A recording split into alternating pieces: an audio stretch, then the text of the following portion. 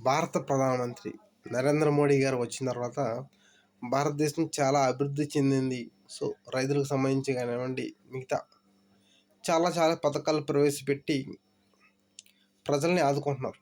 Correct. దాంతో పాటే BJP బలోపేతానికి చాలా అంటే చాలా కృషి చేస్తున్నాం. అది మనందరం గమనిస్తున్నాం. అయితే ఇక్కడ నేను అడిగేది ఏంటంటే 2014లో నరేంద్ర మోడీ గారు ప్రధానమంత్రి అయిన తర్వాత